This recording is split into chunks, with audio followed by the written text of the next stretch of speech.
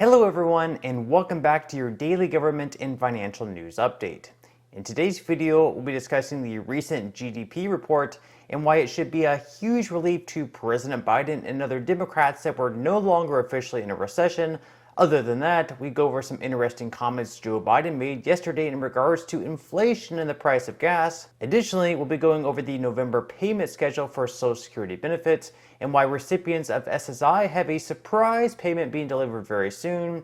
And finally, we go over some updates in the stock market and Bitcoin.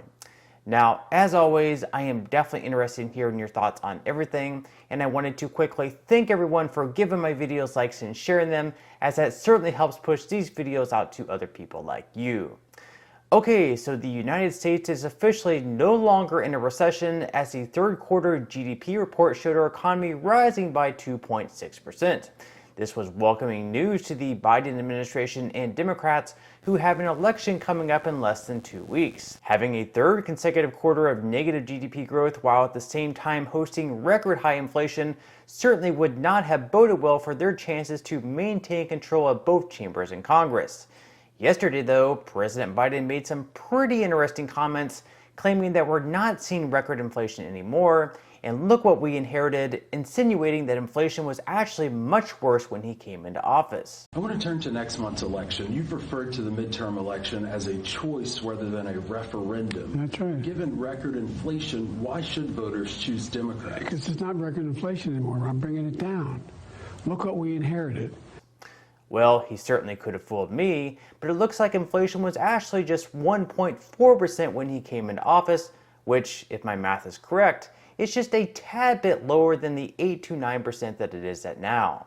I could be wrong though. Now, some other pretty interesting comments that the president decided to make was that all this inflation we're seeing, the record increase in food prices that make it so we're now buying less at the grocery store for more, really isn't all that big of a deal, because I guess we're just going to be buying other Raisin Bran. And by the way, the food prices, the main driver of food prices is not the price of beef and eggs, etc., although they're up. It's packaged goods. Packaged goods. You're going to see people not buying Kellogg's Raisin Bran, which you're going to see them buy another Raisin Bran, which is going to be $1 cheaper. So what's happening is there is real movement. Perhaps to him earning $400,000 per year, the rise in prices aren't really that big of a deal, and most of our congressional lawmakers are probably fairly indifferent as well, considering that they earn $174,000 annually. But I guess instead of coming up with solutions and fixing the problem, it's easier to just continue lying about it. And so here was another one of Biden's lies yesterday, claiming that the price of gas was over $5 when he took office. Today, the most common price of gas in America is $3.39, down from over $5 when I took office. And again, all it takes is a simple Google search to see that the gas prices averaged $2.33 when he came into office. Of course, I don't think many of us would have needed to even search that, as it really doesn't take the best memory to remember that the price of gas wasn't actually over $5 back in January of 2021. For most Americans, these price hikes have been especially hard, especially for those on Social Security benefits who won't see a boost in their pay until next year, so it's been quite difficult living paycheck to paycheck. Now, for SSI recipients, they'll actually be receiving their 8.7% pay raise on December 30th, just because the 1st of January ends up falling on a Sunday. Before jumping ahead to next year, though, I did want to go ahead and quickly go over the payment schedule for next month in November. So, per usual, SSI recipients will be receiving their payments on November 1st, which falls on a Tuesday, just one day removed from Halloween. Now, if you receive Social Security retirement benefits or SSDI and you started receiving these benefits before May of 1997, or if you receive both Social Security and SSI, you receive your payments on November 3rd, which is the first Thursday of the month. Now, your SSI payment will be coming on the 1st of November, and then your regular Social Security payment would be coming on November 3rd in that case. Now, for all the others, per usual, it will depend on your date of birth. So for those with a birthday falling on the 1st through 10th of a month, you'll receive your payment on the second Wednesday in November, which happens to be on November 9th. For those with a birthday on the 11th through 20th of a month, you'll get your payment on November 16th, also Wednesday. And for all the others with a birthday on the 21st through the 31st of any particular month, you'll get your payment on the 4th Wednesday in November, which will fall on the 23rd. Now, as far as next year's payments go, as mentioned before, SSI recipients will receive their 8.7% increase on December 30th, which means they won't be getting any payments for January. Now, for all the others, the payments will go out as they do in other months, and you should be able to see exactly what your payment will be through the website ssa.gov/myaccount, which should be available by December of this year at very latest. If you don't have your account set up or choose not to have online access for whatever reason, you'll also receive a letter in the mail giving you the same exact information, but online, as always, will be much faster.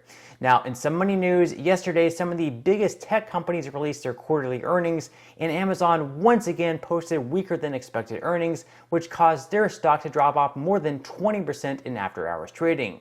After falling all the way below $89 per share, many people have since bought into the dip, and now they're back up to close to $111 per share. Meta, commonly known as Facebook, actually released their earnings on Wednesday, which once again greatly disappointed, and so their price plummeted by over 24% yesterday, which year to date brings their losses to 71%. And you would have to go all the way back to January of 2016 to find Facebook's share price being this low. All in all, the general market actually didn't do too bad though, with the Dow Jones actually gaining by 0.61%, but the S&P 500 and NASDAQ were down, with the S&P 500 falling by 0.61% and the NASDAQ in the red by 1.63%. Looking at futures, so far they're all on the red low to close out the week, with Dow futures currently down by 0.35%, S&P 500 futures in the red by 0.85%, and NASDAQ futures are also in the red, down by 1.26%. Now, over the last day, Bitcoin has also fallen by 2.58%, but is still up quite a bit from earlier in the week when it was sitting in the low 19,000s. Now, with that said, if you would like to receive up to 12 free stocks and $5 for the Bitcoin, in the comment section below, I will leave a link where you can receive just that from my partner in Webull.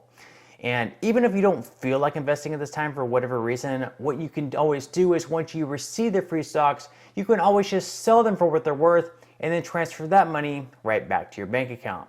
So in total, you should be receiving a value of at least $50 or more. Some people have actually received over $3,000 in the past. So really, you can think of this as just some free extra money with just a few minutes of work. But on that note, I'm going to go ahead and wrap up this video. If you enjoyed the content in today's video and you would like to see more like it, make sure to give this video a like. I would greatly appreciate it if you would. Subscribe to my channel and also ring the notification bell. That way you will be the very first to be notified when I do release future videos. And until next time, I hope you have a wonderful day ahead, and I'll see you in the next video.